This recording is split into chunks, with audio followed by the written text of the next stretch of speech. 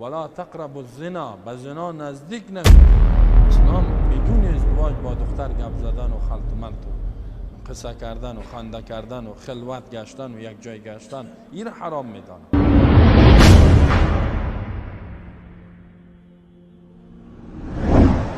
کسای دیگه داریم که امو ازدواج و یا نکاح را استفاده جنسی را اشباع کردن غرایز و خواستهای جنسی خود به صورت نامشروع اجازه میده، حتی زنا را جایز میدانه.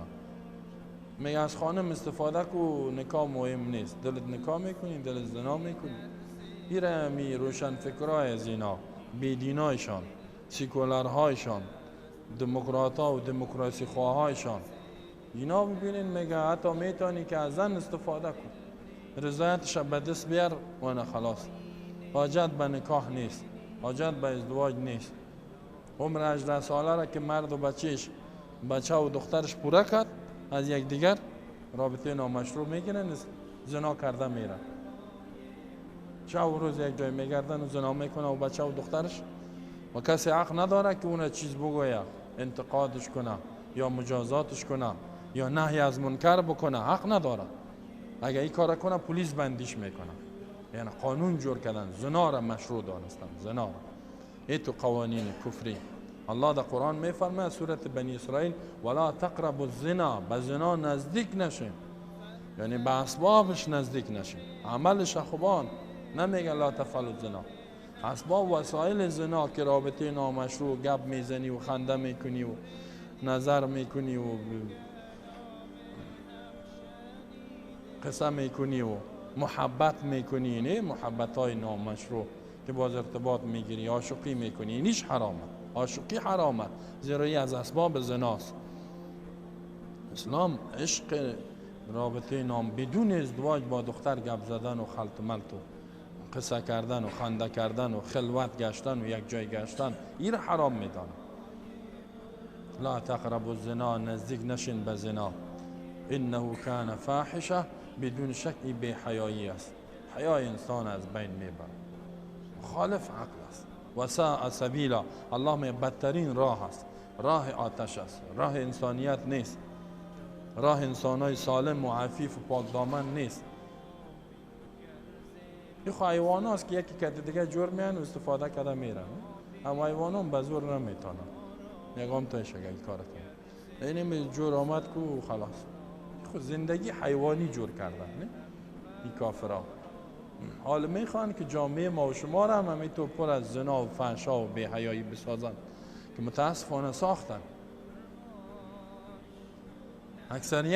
اکثریت امروز رابطه نامشروع میگیرن به صورت نامشروع، هنوز کار روان است. این چیزایی که ما میخواستن، یارمان هایی که دارن، مثلا کشورهای دیگر را ببینید که اینا مسلط شدن سر از ترکیه را ببین، در ترکیه خیلی زنا و فحشا خیلی عادی است، چون که یا اونجا زیاد حاکمیت پیدا کردن. بی حیایی و فحشایی که در ترکیه، در امریکا و در اروپا و اینجام نیست. روابط نامشروع زنا کردن، اینا میگن به زور زنا را به زور میگن این گناه است. تو گناهی که نه که سنگسارش کنه و دوره بزنه، این تو جزا نمیتن. جزایش چی از 1 سال بندی خانه یا 6 ماه. در افغانستان بعض جاهلا متاسفانه داریم که یک کسی یک دختر به زور میریزانه و زنا میکنه، جزایش چیست؟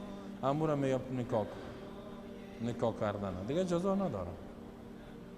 اینجا بسیاری قریه ها، بسیاری جاها دختر یک فامیل میگریزانه یا باز زنایش میکنه، باز عوض ازی که اون مردم و منطقه حکم اسلام هم تطبیق کنن سرش که دوره زدن است یا تعزیر کردنش است، باز چی میکنن اینا؟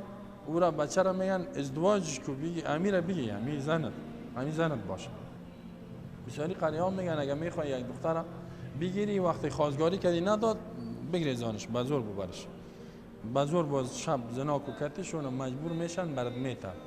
باز اونا میگه بگی، او بچه میگه نمیگیرم، باز بچه را میزنن که بگی میره زنا کردی، خلاص که بگویم میگیرمش گپ خلاص. این جایی تو جزا برش تعیین کردن. از اسلام مردم بیخبر، تو جاهل مردم هستن. ملا در اون منطقه است، نام ملا را بدنام کردن. الله در قرآن میگه زانی و زانیت فجلدوا کل واحد منهما 100 جلده. مرد و زن زناکار 100 دوره بزنه. و این گریختاندن و این خود ناموس یک کس تجاوز کردن است، خود جزای تعزیری غیر. بعضی ها میگن این تعزیرا اعدام هم میشه، جزای تعزیری.